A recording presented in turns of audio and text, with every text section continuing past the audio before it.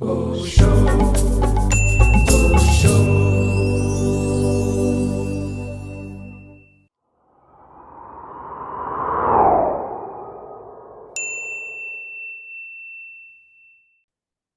So, welcome, Toshi, to our Histórias com Osho. We are very happy to have you here with us. Yes. Thank you. It's very lovely to be here. You know, this year we complete 4 years of this program, Histórias com Osho, that we are very happy with the result. Beautiful content, beautiful interviews. And it all started for us to express our love for Osho. And we started talking about ourselves, and then we start inviting friends to come, and then everything went kind of by itself, you know. One thing leads to one another, and here we are with you. So welcome again. Yeah, so this program is kind of our honoring the Osho's legacy. Yeah. And in this way we met Vishrant. So then we met you as a disciple and a manager of Vishrant. Is that right? How did this story start? Does Osho has a role on it? So you know how Vishrant met Osho by accident. Yes. In this, I met Vishrant by accident. Uh-huh. I'm in Perth now. I live in Perth, where Vishrant is. Actually, I'm in the office, which is in his house at the moment. He's downstairs. Uh-huh. I'm originally from Sydney, which is the other side of the country of Australia, and I was looking for a new house to live in at the time. I'd been in Perth for 2 years looking for a new house to live in, and I found this place in the hills in Roleystone, which is where Vishrant lives, and I happened to move in with someone who was Vishrant's disciple. So she took me along to one of his public satsang meetings, and my mind disappeared in that meeting. I remember before Vishrant came in, I was sitting there, went into meditation, and it felt very calm and peaceful. But when he came in, it was like I'd never felt anything like it before, where the mind was just like expanded, so expanded and silent. And so that's what attracted me. That initial meeting with Vishrant and I remember thinking, wow, what is this? I've got to look more into it. I've got to investigate it. And there's something here. And in a way, Vishrant is the one who introduced me to Osho. I hadn't heard of Osho before I met Vishrant. And after a while, I started listening to lots of Osho books. I listened to his tapes in the recordings of his satsangs. And it's the same effect, the same energy field, the same love, the same expandedness, just beauty. After a few years, so after that initial meeting with Vishrant, then I started attending satsangs. I became a sannyasin of his not very long after, I think maybe 1 month.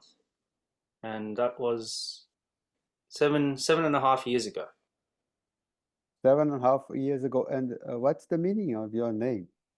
Tosh, Prem Tosh is the full sannyas name, but Tosh means satisfaction or contentment. So my full name Prem is love, so Prem Tosh is satisfied love or contented love. Oh. Yeah, and the meaning behind it is the true contentment is enlightenment. So it's a name that reminds me of the goal. And what was it like the first time you saw Vishrant? So before I met Vishrant, I was into meditation. I was very interested in meditation, and mainly through Buddhism. So I was investigating Buddhism for about 5 or 6 years. I attended lots of Vipassana retreats, like Buddhist style meditation retreats. And in my years doing meditation, I had found some silence and stillness. So what it was like when I met Vishrant, it was like the feeling of a silent mind that I got at the end of a long retreat, but instantly, straight away. It felt like coming home. That's how I describe it. Like it felt like this is where I belong, like home. That's what it was like. I remember just feeling so like satisfied, so content, just sitting there in the satsang. But when I look back, it was like I wasn't there in that moment. I wasn't there. It was just like this flat experience. That's the best I could describe it. Mhm. Yeah. And how So did it beautiful. impact you? I mean, in your after your life after that, how did it change? How did it evolve? Did you come near him like straight away, or took some time for you to continue to be along with him physically? I Yeah, mean. over the years I've gotten closer as a disciple. My life changed immensely. Total 180. I was I was on the way towards joining the military Oh, when I met Vishrant. So yeah, in my younger years, I was in the Army Reserve, and I found that to be a very there's this very kind of challenging and exciting experience. And just before I met Vishrant, I'd reapplied to join again because I think I was kind of bored. I was bored with my life. I was a school teacher teaching maths and physics at the time, and then I met Vishrant. So didn't I'd end up, obviously I'm not in the military, so I didn't end up going there, and my life just became about seeking truth totally. Before that, it was like a little bit of listening to videos, listening to audios, watching some videos, reading some books. But after meeting Vishrant, it became the main thing. And obviously now, it's my job to manage Vishrant's organization. So I'm in contact with Vishrant every day. There's satsang almost every day. There's satsang every day except Monday, and so I'm around Vishrant. I talk to him a lot, so I'm in the energy field and in contact with the Buddha field a lot. Yeah, it was a gradual process over the past 7 years. Yeah, it didn't happen straight away, but I think what took me here is kind of my enthusiasm towards being near to Vishrant. Does that make sense?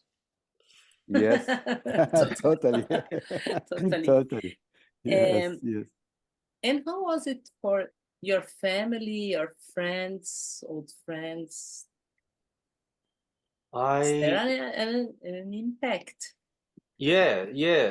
My friend group changed completely. Almost all my friends now are fellow disciples of Vishrant. Some of them are ex-disciples of also disciples of Osho. So all my friends are sannyasins now. Hmm. Yeah, Now and I you've got two more. yeah. And most of the time, I only speak to sannyasins. Like now, this is my life. Hmm. Yeah, it's beautiful to meet fellow sannyasins of Osho or of Osho's disciples. Yeah, and Yes, we just yes. connect. We connect on a very deep level you don't connect like this with other people. No. It's a very deep connection, like we're brothers and sisters. But to answer your question, how did it affect my relationship with family and friends at the beginning? Well, I would have to say my old friends kind of just dropped away. The friends who weren't interested in truth, because over time I found there was not much that we could talk about. We'd hang out, but I really the conversations I enjoyed were conversations about truth and conversations about love, and other people just can't meet me there. As you'd understand, you can't talk about Yes. everything and nothing and love with just the average person. So my friend groups shifted, and my family, because they're all over in Sydney, like I don't, yeah, I don't talk to them very often, but when I do, it's just, again, it's the same kind of feeling. Like they don't really get this. They respect my decision and they understand that I choose to be here, but that apart from that, they don't. My real family is the fellow sannyasins that I'm with. Yeah. You see, A big what I've change. what I've seen all these years, yeah, is that slowly, family members start seeing the change in you. Then there is a moment they can recognize that, oh, this was good for you. There is a point, usually it happens, not always, yeah, but usually it happens. Yeah, I'd been into change. If I look back, I'd been into change my whole life. Vishrant was definitely a major change. Like nothing compares to it. But I went from being interested in being in the army to being interested in Buddhism. So that was a fairly big shift as well, and that was a shift of my friends from school towards more Buddhist type friends, which is like I think that was the start of my spiritual seeking. And then the shift towards Vishrant and Osho was another huge shift. And my family, I think my family, because they're not in really, my sister's kind of into spirituality, but my family, not really spiritual people. Um, but and since meeting Vishrant, actually, I've had children myself. Well, my wife has had children, so we've got two boys. One is almost 3, and another one is almost 1. And yeah, there's definitely been, my family has definitely seen shifts in me because the experience of being a sannyasin, experience of becoming a father, has changed me. So in a way, I think there's been a shift that they've noticed, but yeah, that's all I have to say about them. Yes, yes. How old are you? I was born in 91, which makes me turning 33 soon, in about a month. And also 7.5 years old, yeah? That's right, 7.5 years old as a sannyasin. Yeah, I know. Yeah. I make a party. For me, there is a party every year on my Sanya's birthday. Now I have 2 Sanya's birthday. So Two. Me yes, too. one from Osho, another one from Swaha. So Ah. Yeah, me too. So what so, is Abiru, your Osho name, or or the name from Swaha? Abiru is from Osho and Sufi is from Swaha. Ah, Abiru means fearlessness and Sufi yeah. means Sufi. Beautiful. Yeah. How about Amina? Amina is from Swaha, means protection, security. Uh-huh. And Divya is from Osho. It means celestial life. Jivan Divya, celestial life. Yeah. Yeah. Beautiful. So good. I'm doing 28 years birthday, Osho Sannyas. Yeah. How about you, Abiru? How old are you? Me? Beautiful. Yeah. Older. No, she's in 2 days. She's has a Sonia's birthday. Yeah, 28. In December I make 40 with Osho Oh, and wow. with Swaha 4 months. 3 or 4 months. So At the same that's day. So we think being close to an alive Buddha, to have this experience, I mean, really close, not only in the heart, but physically, it causes a great impact in a Sikha, in a human being. How is it the day-to-day life around Vision, doing things, and you go dancing and motorcycling, Yeah. everything? How is it? You know, it's like seeing life from a fresh perspective all the time. It's like a breath of fresh air all the time. So being out in the world with Vishrant is like it's like walking through two worlds.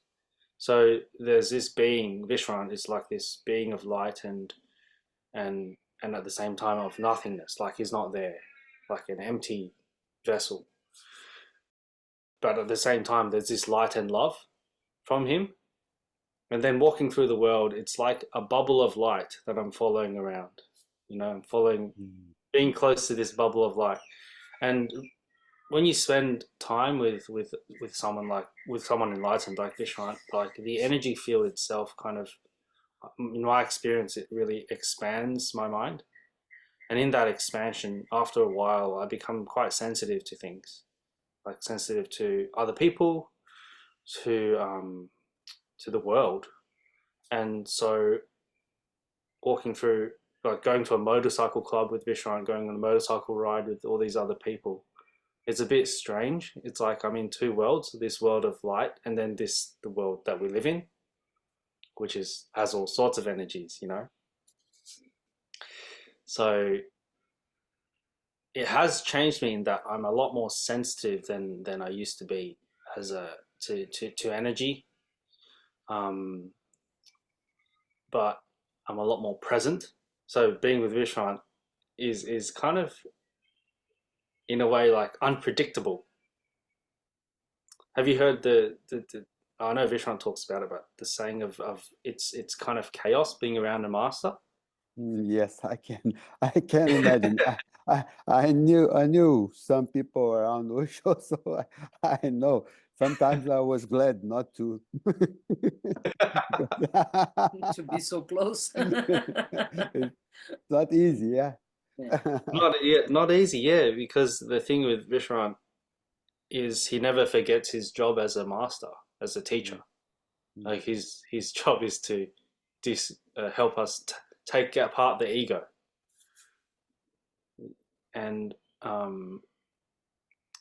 Vishrant is a master at using Shiva, the destroyer. So there's so much I could say about being with him. It's like always there's an opportunity to just drop into the beingness, into the nothingness. That's always there. So it's like having a gateway into silence, into the universe with you. At the same time, I watch him talk to other people. He'll talk to people when he's out. Like he's because that's what he loves. He loves people. So whoever he meets, he'll say hello. He'll light them up, and then you see this love. And sometimes we sit at a cafe, and you wouldn't, you know, if I see him meet people, and some people are very attracted to the energy field. They can feel the peace and the silence, and so he's just an invitation to come and see. Yeah, and for me, it's just beautiful. There's nothing like it. No words to describe the experience of being able to hang out with a Buddha, Yeah. have tea with a Buddha. There is an Osho song which says, Osho, your love is an invitation to live a life of celebration. On the wings of love with you we fly. Yeah, yeah. That So sounds like an accurate sometimes, sometimes we sing here. You can sing too.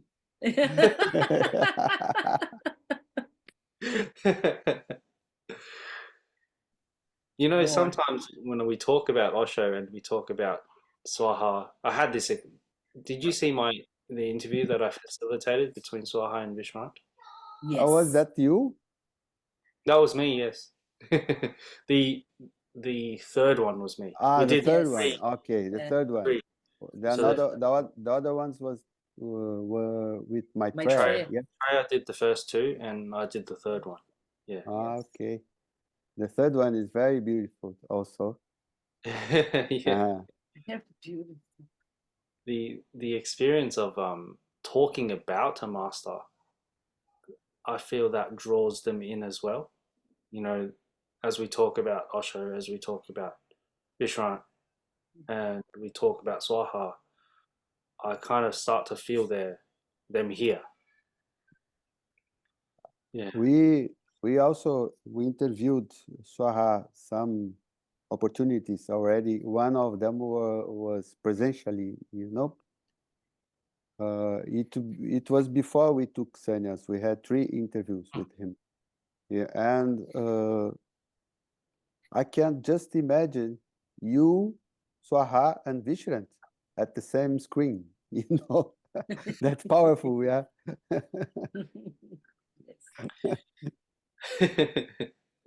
Yeah, it was so powerful having Vishrant and Swaha on the same screen. You know, and that's just 2 awake people. So I can't imagine what it would be like if we have more together. So we keep searching. Yeah. Yeah. Yeah, yeah, good on you. We had another one with Nukunu. He's another awakened sannyasi, Uh-huh. and Osho. we had some few more hints. So we are after people. Let's see what happened. And for us, it's like connecting with these beings. It's like connecting to a supreme force, source of light and love. Yeah, that's something beyond this material world. It's not expressed in words, in images. Are just words and images or sounds are just like a little glimpse. So what you feel in your heart is very precious. Yeah, that's for me. This is an enormous source of love. Please say whatever comes to you about that. Yeah, do you Yeah. want to share about this experience of love? I agree. It feels like it comes from a different dimension. You know, it feels like it's a so Vishrant is just always radiating love, always radiating peace, silence, and stillness. There are times when he's more gone than others, when he's more in beingness, like the awareness is stronger in beingness, and then the experience out here is there's such a strong force of light, of love, of silence, of stillness, of universe. It's just like you can disappear into it, just takes you away. So sometimes it's stronger, and when he's more out here, like dancing, talking at a cafe, then it's not as strong, but it's still there. You can always tune in and disappear. And I think you're right that if I think Vishrant says this as well. It feels like the energy comes from a different dimension, like another. It's out of this world. There's nothing. There's nothing like it. It's just nothingness, nothingness, nothingness, and at the same time, so much love. Like whatever is loved. I've never met anyone that where I can feel just totally 100% loved for the way I am. Perfect, like I feel like I'm perfect in that love. Yeah. Yeah, that's beautiful. It's beautiful. And you see, how is it to manage to with the worldly affairs, you know? Mm. How not to space out or something, how to bring this awareness to practical things. Because for me, Vishnant is also very direct and practical, yeah? Yes. He says he's pragmatic, yeah? Very, very. In managing the organization, I speak to him quite a lot because he's much better at business than I am. And he's, in a way, he's mentored me into managing better and better as the years have gone by, because he has that skill set of running successful businesses, so he knows what's required. And in that there's been that teaching of, this is how you run a successful organization. So I go to him for advice a lot with every kind of major decision we have to make, or even just managing people, managing volunteers. Vishrant has he always sets such a brilliant example to follow of how to motivate and inspire people. He's very good at that. And so for me, it's been like a learning curve. So I was trained as a teacher, as a school teacher, not really as a business person. And I wasn't really involved in business until after I met Vishrant. So in a way, it's been a journey of big learning curves for me. So lots of surrender, lots of growth, and I can say that in the Buddha field, that's happened so fast because it just offers this opportunity for that supports surrender and supports let go, and in that space, like, I find you can grow a lot more because there's less restrictions or resistance in the way of growing. And how it is to manage the day-to-day activities, I feel like a lot of it is, I'm motivated by spreading Vishrant's teachings and meeting people like yourself. We have Osho disciples come, Osho sannyasins come every now and then to satsang. Actually, a fair bit now that Vishrant's grown. His reach on YouTube and Facebook and Instagram has grown a fair bit in the past year. So we're getting more and more sannyasins coming, and it's like, that's the reason why he does what he does. That's the reason why I do what I do. It's to share the light to as many people as we can. And a lot of people appreciate the directness, the pragmatism of Vishrant's style. And I guess that's why having that as a motivator for me helps me not to space out and, and actually just to do the work. And I think I've learned to be more relaxed as I work, as I sit, like here in the house. This is my office, which is in Vishrant's house, and the Buddha field is here. So in a way, like, if it's there and I can tune into it and I can vanish, and at the same time I can sort of just type an email, put an event together, talk to people. Wow, that's great. So, That's great.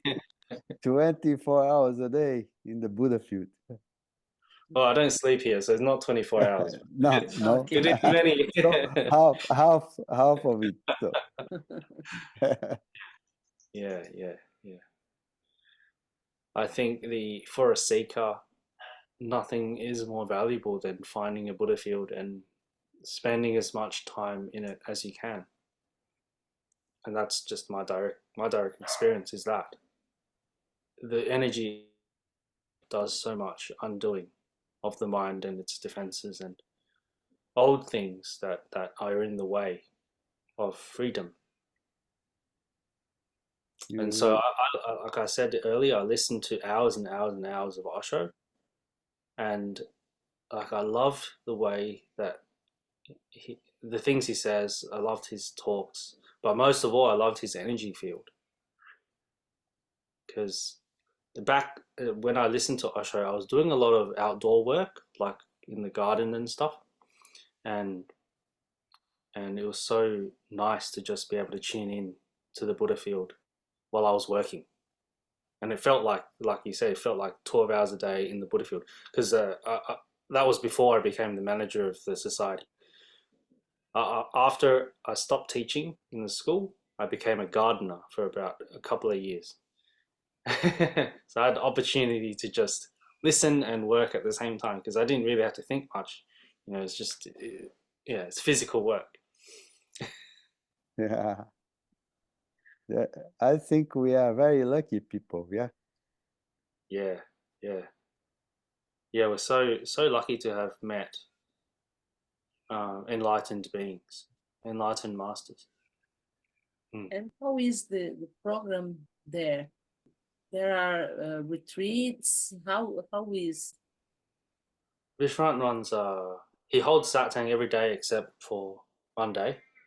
So there's 3 meetings that are public satsangs, so anyone can come, and they're on Wednesday and Thursday and Friday at 7:30 in the evening, and they're broadcast all over the world, so anyone can attend on Zoom. And the Friday meetings are also in Perth, so if someone's in Perth, they can come.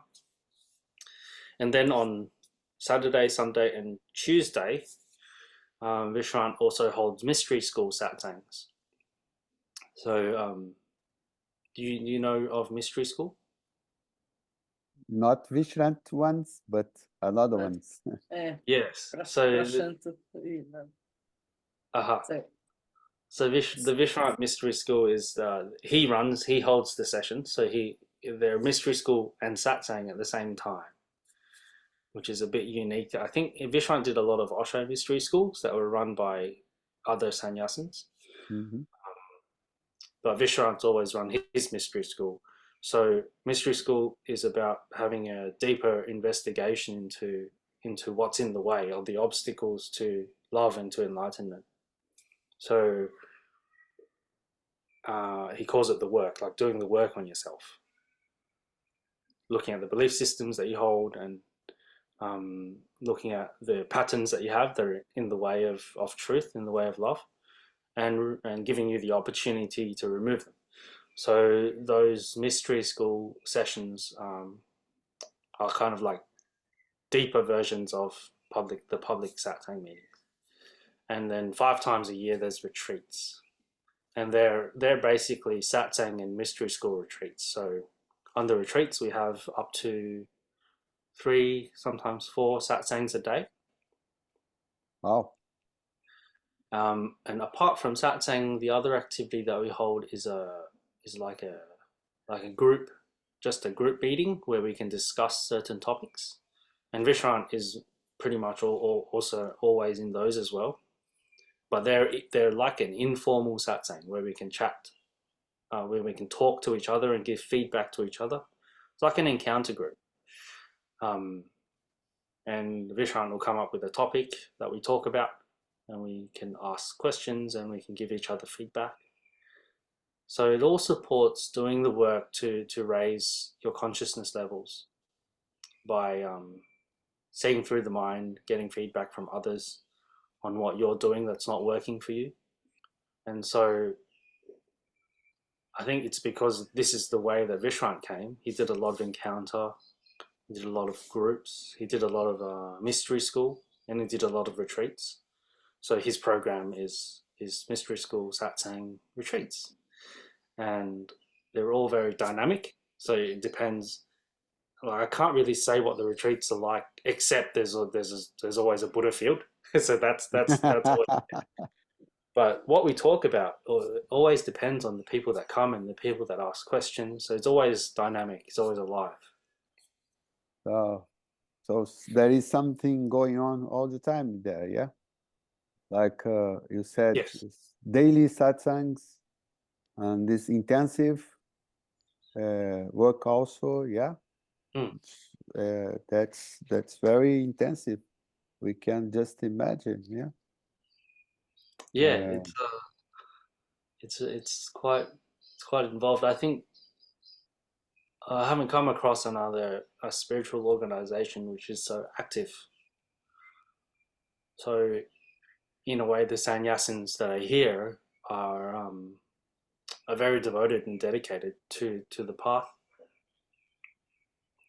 because it's a full like it is a full-time thing. It's a full-time thing. But we also have sannyasins who, because of personal reasons or because they have children or families or work commitments, they don't come to every session. They just come whenever they can, especially for people that are different time zones. So sometimes our satsangs are like in the middle of the night for them, and that's the beauty of having Zoom. When they're available, they can just come and join satsang, and then yeah. So that we have people from all around the world now join us, and that's the beauty of it, that we can say hello to sannyasins from all around the world. Mm. You're on the other side of the world. Yes. Yes. That's good. We have technology. We are taking the best of it. Yeah. Is it cold where you are? Is it Yes. winter? Yes. Yeah. It's winter time. Yes. So I live in the very south of Brazil. You see, in the map there is a lake, big lake in the south. And I'm near that. So it's cold. Her place is not so cold. Not so. It was about 6 or 7 degrees this morning. Yeah, your place. Oh, yeah. Must be about that. But you have heated houses, yeah? Yeah, there's a heater. There's a heater in the house. Yes. Yeah, Luckily. yes. We don't use it here because Yeah. it's very few days like cold. Oh, Most of the time is not so cold. So just 2 weeks of cold and that's it. oh, okay. Yeah. Yeah. So we don't have heated houses because there's no use for it. Yeah, So yeah. when it's cold, we use like coats inside. Yes. So Tosh, so beautiful talking to you. You know, we always, me and Amina, we always talk about joining all the enlightened Osho sannyasis together one day for a big festival. How beautiful that would be. Sounds beautiful. Yeah. That would be amazing. Yeah, that would be amazing, but difficult job to get it Together. to get it done. Yeah. Yeah. My First, my experience of dealing with sannyasins, you know, dealing with people that are into freedom, like awake people is a whole different category. But even just sannyasins, it's like they're all rebels in a way. yes, yes, They're all like Yes. they're all used to going against going in a different direction to society. So they're all like yes. That's the one of the main Osho teachings is that to be rebels. Yeah, yeah. That's why we also almost had problems with the institution of Osho. It's it's very hard to hold a group of rebels together. Yeah, Yes. but that's beautiful. That's beautiful. That's the people who made changes or make changes always are the rebels. Yeah, Oh yeah. there is a group of Indian sannyasis who are rebelling against the institution there, Ah. and they're called the rebels. Yeah, Okay. yeah. Against copyright of Osho, against this kind of things. Yeah. Because Yeah. There is even a motto of this group. They say it's like Osho is a birthright, not a copyright.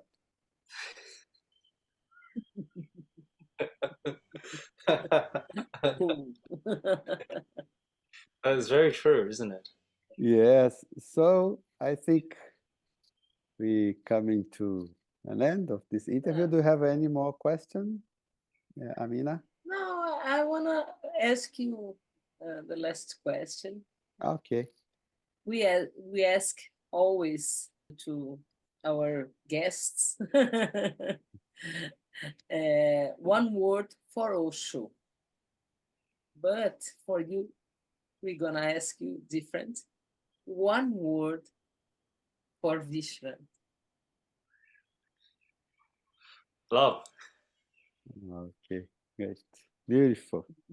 So speaking on that, send our love to Vishrant.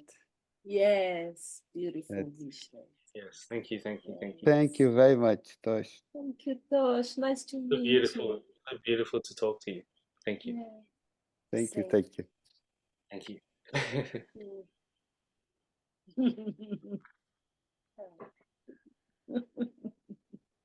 Mm.